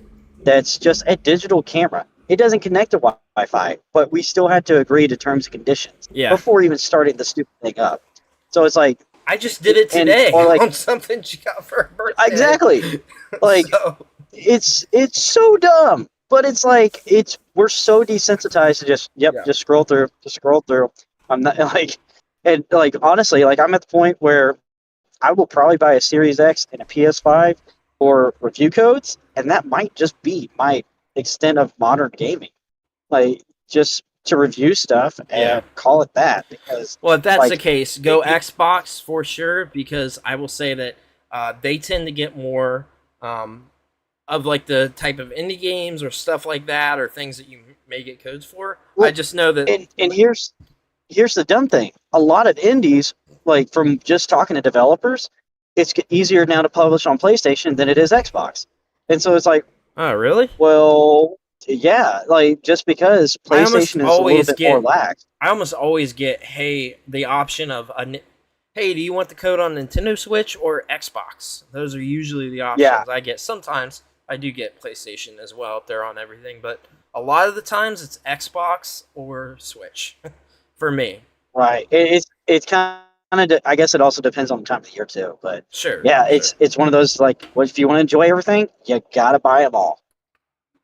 That's the truth. And honestly, the only reason that I have the 3 current gen consoles, all 3, is because of content and that stuff. Honestly, like, I could cut out one of these and be completely fine. You know what I mean? Like, I'd be completely fine cutting one of them out. I do not have enough time as it is. But because of content, because of reviews, because of any of that stuff, or just having the option to stream things that I might not be, any of it, record, whatever it is, that's the only reason. I would say either you pick Xbox Series X or PS5 and get a Switch and call it a day. Now, if you're a super fan, which I am too, I'm a big fan. Yeah, no, I'm right there with you. But I could cut one out and be perfectly fine. But yeah, I mean, that's just kind of for the average person or casual gamer. Like, usually it's that, and people are only getting the Switch because of Nintendo exclusives. So right, and I'll be honest, a different boat than most average people, just because. Yeah. If I wasn't doing, content, I would probably just have a Switch and a PC, and call it that. Because now Sony's putting their first party exclusives on Steam, so, or like even at Epic Game Store. Like, I can still play my Sony first parties on my PC. Yeah. That is 100% true, and a lot of people are going that route now. 100% true, because they know that people aren't going to buy their console, but they do still want to play the games, and they're hitting a lot of those people that will be fine with not, buying the console or playing the games at all. But they are definitely spreading out with PC and reaching a new audience, and people are doing just that. Exactly what you said, because Xbox is doing so well Exactly. with it. There are so many people that are subscribed to just PC Game Pass and don't own a console. And honestly, Yeah. like, if you don't care about the physical aspect and the backwards compatibility, which, look, Series X, I love that, being able to play original Xbox discs and 360 discs. It is my favorite thing about the Series X. But honestly, like, you can play that on several different companies' TVs now. And if you just want to play Game Pass and the brand Yeah. new AAA single or first party games, like, you can play that on Samsung TVs. Have Game Pass, and I think like LG TVs have Game Pass built into them. So like, you have a Yeah. lot of options. Like, you can play it on your phone, and everybody has a phone. You can play it on your laptop and Yeah. PC Game Pass. So like, um, if you don't care about the physical aspect and you only care about playing the new Xbox exclusive releases that they always put on Game Pass, they put every one of those on there. Like, you don't even need to buy one of those. Just go with the PS5 if you want two consoles, because like, that's an option for you. But like, for a person like Well, me, like, that's not. I'm not do going you, to go that route. do you even need a PS5 to play PS Plus games on PC? Or is it? I could be wrong. I know you can stream your PS5 to your PC, but Um, I that's a good question. I don't think it works like that. I don't think you can just stream everything to it. But I could for some reason, hold on. Yeah. I could be totally wrong because So I've my never done brain's it. turned on. But it looks like you cut out again. But Okay. yeah, Am I here? I Okay. can hear you If now. you Yeah. subscribe to PS Plus, all right. So if you just subscribe to PS Plus, I believe you can still stream your. There's a PlayStation app. You can still stream games to your computer, but you have to be subscribed to PS Plus, much like Game Pass. Yeah, so you're locked in But to still have to pay for their service to yeah, do it, right? you still have to pay for the service, but it's not going to be like like your first party PS5 games, which is sad that they don't do that. And I feel like that's where they're losing a lot of their subscribers on top of now the huge massive price hike. But Yeah, yeah, no, I like mean, you can. PlayStation Plus is garbage right now. Premium is even worse, and Oh you yeah, know, yeah, it's terrible. Like, we've had hardly any additions to that premium catalog since it launched. Like, there's so few additions since the launch of it that, like, if you are paying every month for it, which I was up until last month, I was paying every month, even though I don't get to play. Unfortunately, hmm I wish I hadn't been. But yeah, there are so few additions to it. Like, there's absolutely no reason to pay for premium right now. Like, they promised all exactly. these awesome retro games, and like, we've gotten like no direct PS2 games almost whatsoever. The PS2 games we've Yeah, got, there's a couple, but the ones that we've got have been the PS4 remasters or remakes. They're not the exactly. PS2 games. We're not getting Yeah, those. They're dropping no PS2. The PSP, which was what I was most excited about, because they're not putting Vita on there. But PSP, I was most excited about, to be able to play that on a big screen. And also, like, I had a PSP when it was new.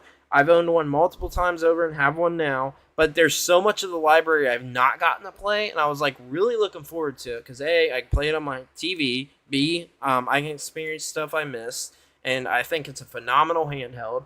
But we've hardly gotten any PSP. Like, we've gotten some, and it's right. obviously more than PS2, but not that much. Not like we have with garbage PS1 games. Like, we've gotten some good stuff, but they're putting a lot of crap on there too. Like, what we've gotten Yeah, has not been great. So don't pay for premium. I yeah. don't think it's I worth wouldn't it. recommend it at all. No, I honestly, I'm right there with you. I paid for whatever the highest tier was, just because I was like, oh yeah, I can play a bunch of these PS1 games. It's yeah, convenient. I played Ape Escape, loved it. Played Toy Story, there were no trophies. I was like, wait. The European release of this got trophies, but right. North America, we didn't get trophies? Garbage. What Yeah. the heck? And so there's all sorts of inconsistencies there. I was like, you know what? I'm done. Like, if I want to play something on Game Pass, I will pay for a month of Game Pass. You know, Right. same thing with PlayStation Plus. Like, I'll just pay for a month and call it that. Yeah, I Or mean, no, if I really love the game, I'll buy the game. exactly, exactly. I mean, yeah, that's where I'm at, and like, I will still say, despite being a subscription service, and like people have their way about it, and like, look, we've just gone through this whole debate, so you know where I stand. But I still think that Game Pass is the best current value in gaming, and I would agree. for the price, like with all the games on there, if you added up like the current going rate or the cost of the new games that are on there, like it's just so overvalued. No, you don't own the game, but look, you pay for Netflix, you pay for Hulu, you're good with subscription services in some regard. Most people, Yeah. it's the same thing as renting. You know, like we rented. I used to pay almost $10 for the rental of a DVD for the weekend. So like, Yeah. people are okay with the thought of doing that if they know that they're doing it and it's affordable. So I still think it's the best value in gaming if you're just looking to have some fun and play some games, not own anything, blah blah blah, Right. everything we just talked about. But I still think it's a high dollar value, and premium is not. And Nintendo Switch Online, it's so Yeah. cheap that like it's not a good service, but it's also like it's like not much money for the entire year. It's like barely over the cost of 1 month of these services. It's not a lot. So Well, like, yeah, didn't they raise Game Pass? they did raise Game Like, I know it Pass. wasn't They much, did. but they still Well, oh, raised I it. bet the Nintendo Yeah. Switch Online, like that is so cheap. For you pay for the whole year. Oh, Like yeah, it's $50. yeah, for the entire year. Like it's not a great service, but it's also not the worst thing out there. But they're not doing good with it. But for the price, So I here's mean, here's what I will say about the service. Some of the games on there, if you physical cartridge, are worth more than $50 service alone. yeah. Paper Mario during COVID went for $90. Oh yeah, Like, and yeah. so you can now play Paper $50 and da da da da da da da da da da da da. You Right. know, like the Oracle Ages games, like They're on the Game Boy expensive. service, are like what, 40, $50 Oh still? yeah, all Yeah. day. And so the fact that I can play those and like if I only subscribe to one service a year, it'd probably be Switch Online, play everything, and then maybe do like Xbox Game Pass next year. Right. Yeah. I mean that's where I'm at. But yeah. I mean this has been a good topic for sure. And like this has filled up most of the podcast. And I also want to apologize to everyone that we did get started a little late. We had some technical difficulties. But I did want to at least be able to hit the Game Awards stuff. And I also wanted to mention that during the Game Awards, which I believe is the 9th, let me confirm. The Game Awards, I should have that on there, I but I'm think so, yeah. pretty sure it's the 9th. Yeah, so the 9th, or no, oh, I lied. I'm glad I corrected myself. It is the 7th. So I will be on somebody else's show. So I wanted to do a little promotion for that. So on the 7th, I'll be on Jay Bartlett's show, and I'll drop the link in the descriptions in the chat as well. But I did want to promote that, and we'll be covering it while it's live. Now, usually the past few years I've covered it live, but before I locked that in, I already agreed to doing the show, and I'm looking forward to it. It'll be fun. But yeah, the Game Awards. I mean, we spoke a little about it, but not a lot. And like it's coming up this week, and it Yeah. regardless of maybe prior thoughts to it or like I think they've been better the past few years, but also before that they were like filled with ads. But also there's some controversy going on now with the Yeah. Game Awards this year again. So yeah, let's hear your thoughts, and we'll talk predictions, and then we'll wrap up the show. So, as far as the Game Awards, like, I'm glad we have something like this. Don't let actors have like a 30-minute speech again. That was Right, horrible. right. You know, like, but as far as like the actual game, oh, sorry, one second. No, you're good. Gotta love driving with kids in the car. As far as like the actual Game Awards, like, I will be. 1 minute, I'm on the phone. Oh my goodness, my kid, I love her. Hey, no worries. No Like, worries. I'm a iPad parent goes as well. off and it's like disaster. So I think as far as like actual game awards, like our Game of the Year contenders, I hope Baldur's Gate 3 sweeps it. I love like as somebody who loves Mario Wonder and a Yeah. bunch of Nintendo properties. I don't think Tears of the Kingdom was strong enough to take the entire Game Awards. Right. I think the general now I love the game. Like my take on it is a little different than most people's, but I think the general consensus with everybody and the bangers of the games that we got this year, that unfortunately, Yeah, like if it were an average year, I think it would be an entirely different discussion. But this was by no yeah, means an average year in gaming whatsoever. Potentially the greatest exactly. year of gaming. So it just did not, hold up to that, unfortunately. But yeah, I'm with you. I agree I with mean, that. yeah, like I don't think. I think Resident Evil 4 might be like, and I'm just going off like what I've been seeing like popping. Um, it's like Spider-Man 2 like was had some hype and now it's fizzled, and so I think like as far as like if we're gonna predict anything, I think Boulder Gate 3 is gonna be great. I watch it more for the announcements Yeah. because we Yep. always Yep. see Yep. an announcement for the big three. Um, I have a feeling we're probably gonna see something like my Microsoft's really interested in bringing back old IPs. Yeah. If we see Banjo Kazooie, I'm gonna lose it. Like I will buy a Series X for that.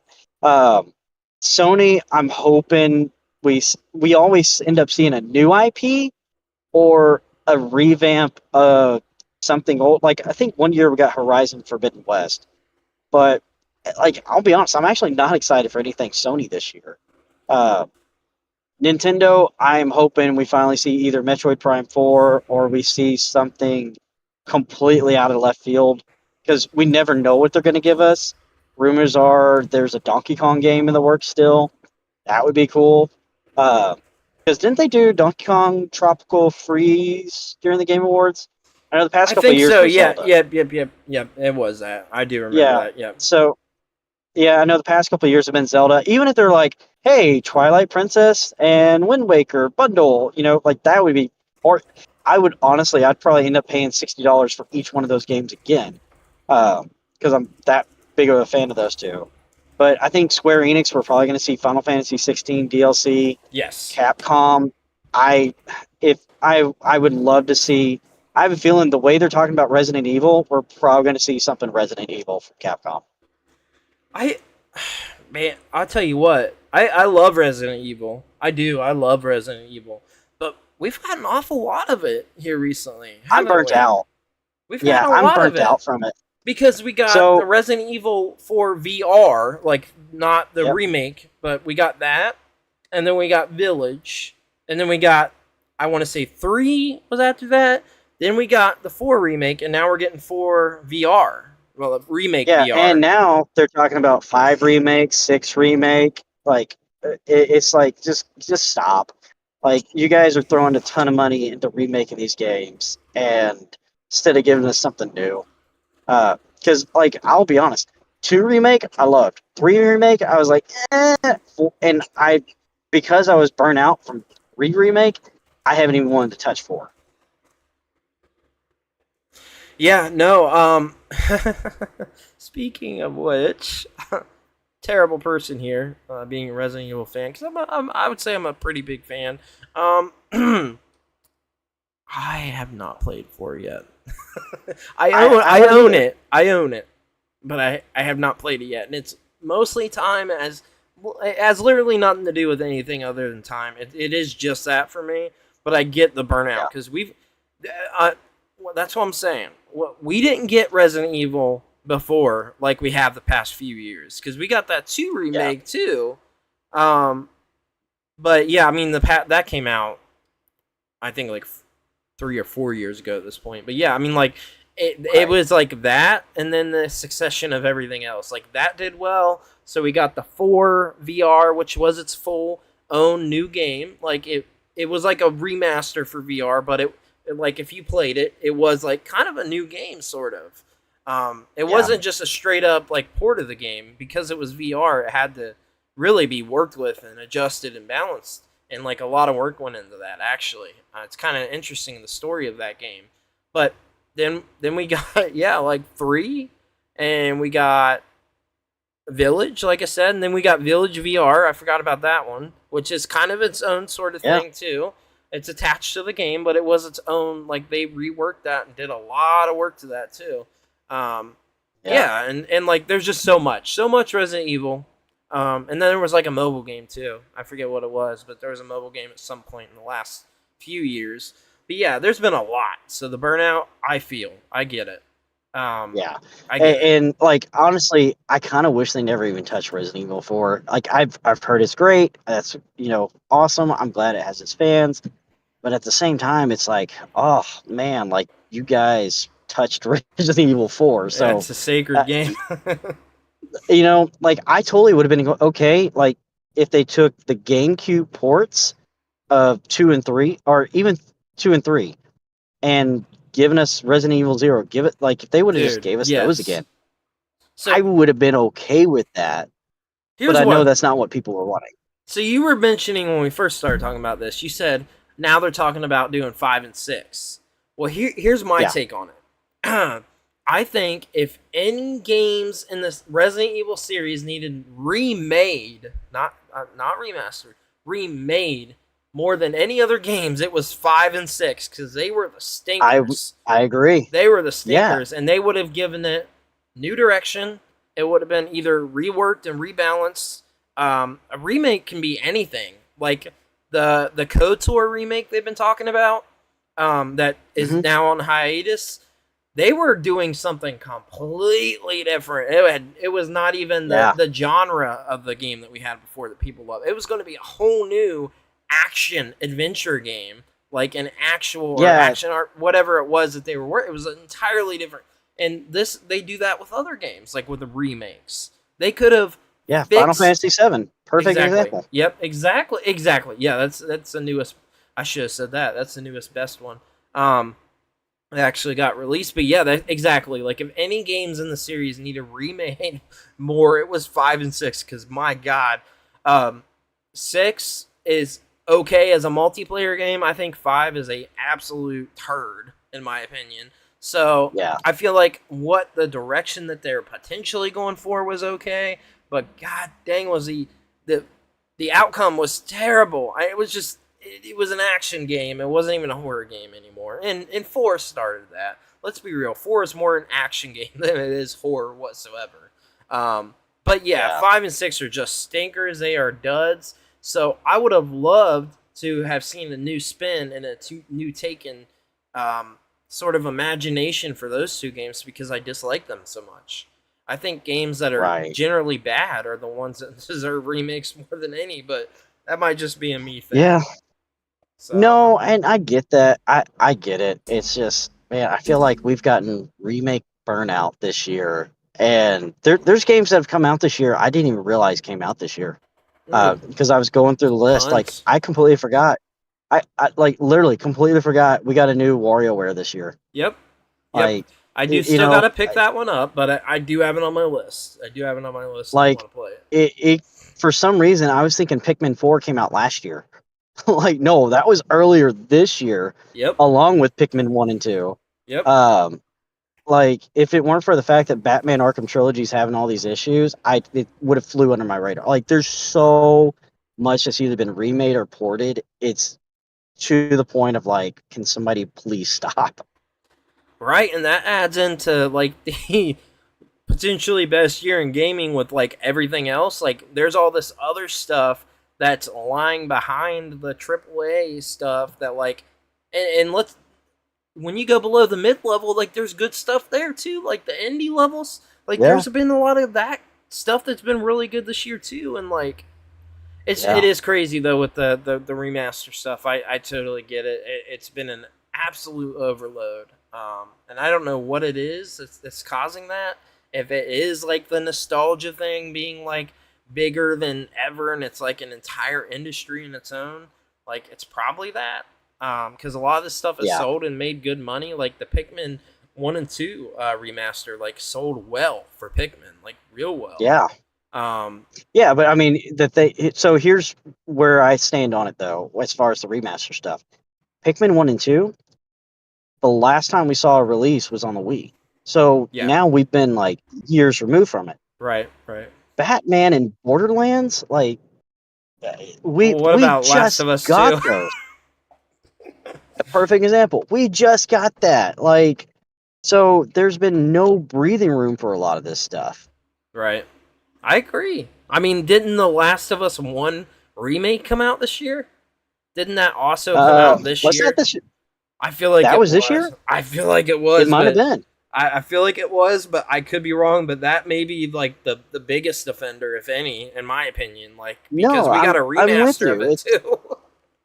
Like, well, and that's what's so frustrating. It's like I can still, I get it. If you can't find the game, Gargoyles Remastered. I know, like it's not everybody's favorite, but like that's the most recent thing I can think of. You know, it was a Sega Genesis game. Yeah, that you makes can't sense. buy it. Like Pikmin 1 and 2, you can't buy it legally.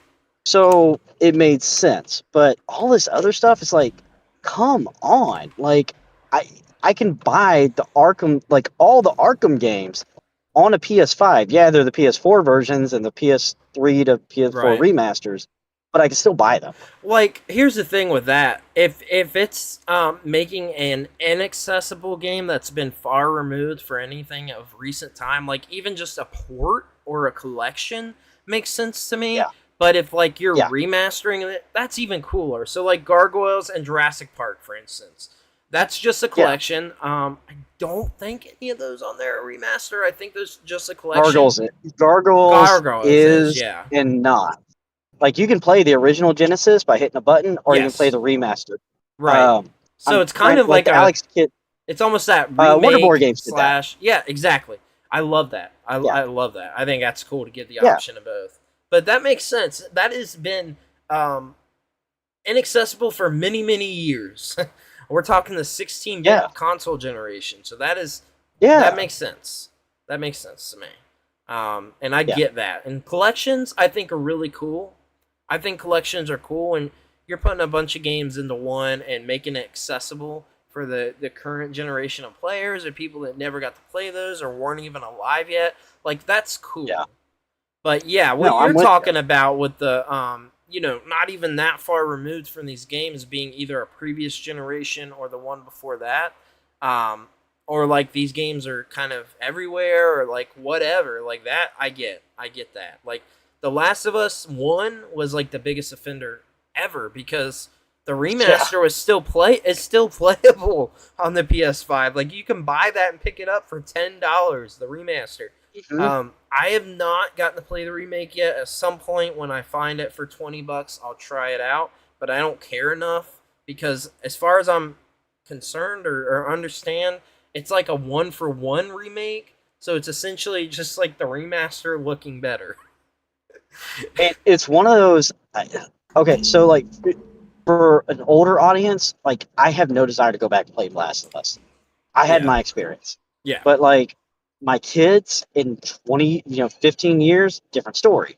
Right. But yeah, it's we're in a weird space. It really is, man. But I mean, talking about some of the other stuff at the Game Awards, did you see the whole controversy with Dave the Diver? I think that's the biggest thing this week with the Game Awards. I saw it, but I honestly couldn't tell you much about it at this point. So I can tell you that part, and you can sort of give me your take on it. So essentially, Dave the Diver is a game that looks like an indie retro game, right? That's the style it looks like. It looks like I think it's like an 8-bit style. It might be 16-bit style. It looks like a retro game, and it looks like it could be an indie game. But it also is very highly regarded and very loved, obviously, because it's in a category in the Game Awards. So, essentially, this game, it looks that way, but it is made by a studio that a company owns, which I'm looking up the company now because I forget that. There's been so much news this week. It's absolutely insane. But it's owned by a company that is a AAA company that has, I forget what they said exactly on this, but it is around $15 billion of revenue last year was made from this company. and it's in the indie category with other legitimate indie games. Oh, yeah, okay. Yeah, Yeah. Oh my yeah. gosh, you're right. We've had so many news. So much news this week. It's hard to keep Yeah. track. Yeah, no, I'm with you there. If it's cuz like Devolver is a great example of this. Yeah. They put out true indies. Um I know limited runs now getting into publishing, but they're true indie games. Yes. Like Nintendo kind of did this. They put out it was originally an app game where you're like this little part-time UFO, but Yes. Yep. Yep. they Yep. ended up re-releasing it on the Switch. That's not an indie. It was made by the developer, like HAL. So I'm totally with you. It that should have never been put in the indie category. No, not at all. And I was like double checking on here with a few things. So Jeff Keighley did respond to that too. That also happened this week. Like the whole controversy happened, but then Jeff Keighley responded. He said, "Look, it's a great question." Keighley said, "Independent can mean a different thing. Mean different things to different people, and it's sort of a broad term, right? I mean, you could argue, Right. does independent mean the budget of the game? Does independent mean the source of financing? Is it based on the team size? Is it the kind of Yeah. independent spirit of a game, meaning kind of a smaller game that's different?" And then he also said, "I think in the film industry, there's like the budget can't be above an amount of dollars if it's an independent film to justify it being an indie film project." So like he's essentially trying to say, what does indie even mean? He's trying to say indie can mean the way it looks. Look, Yeah. indie is I I just don't understand his argument back to this. Indie is not the way it looks. We get AAA games that look like retro games no. all the time. So, Yeah. and then he says, "Is it based on the team size?" Yeah. Like, are you kidding me? Come on, Jeff Keighley. Come I on, man. I know. So here's where I'm going to try not to get super political because I know like some of this can trigger some people. I feel like 2023 has been the year of redefining terms. Like, Yeah, and it sucks because now we're seeing it with indie. You know, and it's just it's to me, indie's always been small studio that does not have a big AAA publisher behind them. yeah, And in this case, Dave the Diver had a big publisher behind it. yep. Unlike, That say, Sea of financially backed Stars. the game. Yeah. So, Like, even if they didn't financially back the game, they published it. exactly. And Yep. so, in that definition, it's no longer an indie. Right.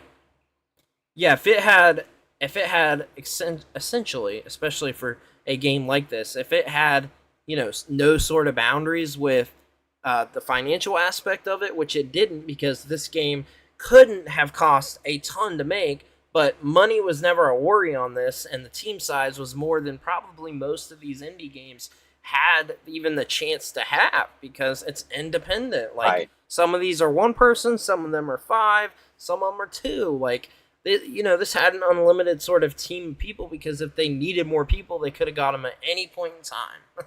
They had plenty over there Yeah. at the publishers. So, yeah, I don't know. I mean, my thought is like, no, like that doesn't fly with me, and it doesn't make sense, and it's up against other legitimate, really good indie games such as Sea of Stars, which we talked about, and some other stuff. Cocoon was Yeah. also a really good game that I love this year, and it's up against that. And Dave the Diver scored perfect scores with many outlets.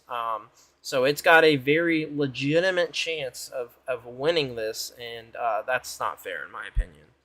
So No, I'm with you. I'm wondering what the comments say. on like people's thoughts, on Yeah, the has anybody? yeah. So we've got Kildale. He's going back talking about Last of Us. It looks like, but he said, "P.S. Putting Factions 2 on ice while The Last of Us 2 leaked looks bad, and new PS exclusive." Oh, I have a hard time reading that. PS exclusive are silent, unfortunately. I wish they would share more, but Helldivers 2 looks cool. Uh, Oh yeah, I yeah, forgot about Helldivers. yeah. That was my jam on PS Vita. And then we got, looks like, what's the name? Oh, Geeky McGee, which longtime commenter said that Sea of Star looks good, but no on Dave the Diver. So that was the only comment Yeah, on that last section there. But um, yeah. yeah, I just don't think that's cool. No, I'm with you, 100%. Like But if you have a large publisher, you're no longer indie.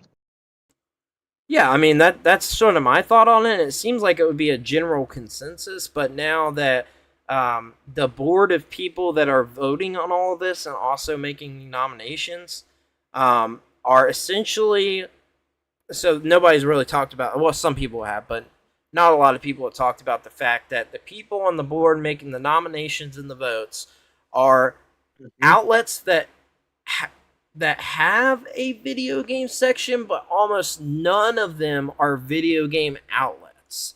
There's stuff like Right. New York Times that will occasionally Yeah. report on games or have a very small weekly thing where one person, posts an article or whatever.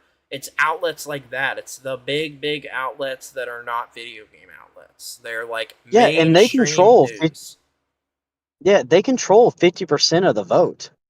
Yes. And so Yeah. like it almost feels like it doesn't matter what the people say What does because this sound like to you?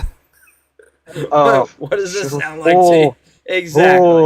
oh So that's a conversation we don't need to get into no, we because don't. I got a But like, feeling. it's that sort of thing where it's like what does our input even say at that point? Because Exactly. how do we not know it's 51%? How do we not know that something's being fudged there? Like, this is not a This is like a little independent thing that started with the Game Awards. Like, this was his like little pet project.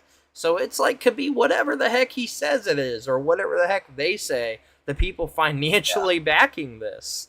So I don't Yeah. know, man. Geeky I also said, I think they should not allow that to be legal. Dave the Diver had unlimited backing, so it's like yeah. the last Well, comment on that there. But if you want, if like honestly, if they just went off the sales figures, then I think that would tell everybody everything that, like, as right, far as like, oh, what was a true game a year? Okay, what game sold most? Like that's, and I know like when you take the voting out, like maybe like Fortnite might have, or like GTA might have the most profit this year, but in reality, like that might have been the true game of the year. yeah. I mean that's true. That is entirely true. But I guess we'll see what happens. That's happening this week, and yeah, I mean, best of luck to everybody on that, especially the indie category. That's unfortunate because there's some really good stuff in there, and like that also takes away Yeah. the chance, and um, yeah, that's unfortunate. But we'll go ahead and wrap up here. It's been a good show. We just hit right under the 2 hour mark. We did go late, unfortunately, and we did not get to hit a bunch of other stuff, but we had a really good discussion, and it hit some news and.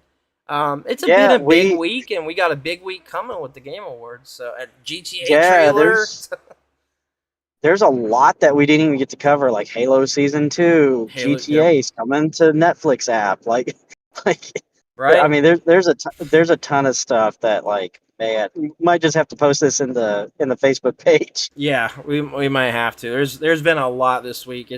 I mean, and the one conversation, to be fair, is it's kind of an important conversation, and I would say like It really is. one of the biggest discussions of the year. Quite honestly, Yeah. I haven't seen more debate and discussion like this in the game community in a long time. Well, And and I feel like it got triggered more because of the Wii U eShop closers this year, and then recently we had the PS3 closers. It's like every time you fall in love with it, it goes away.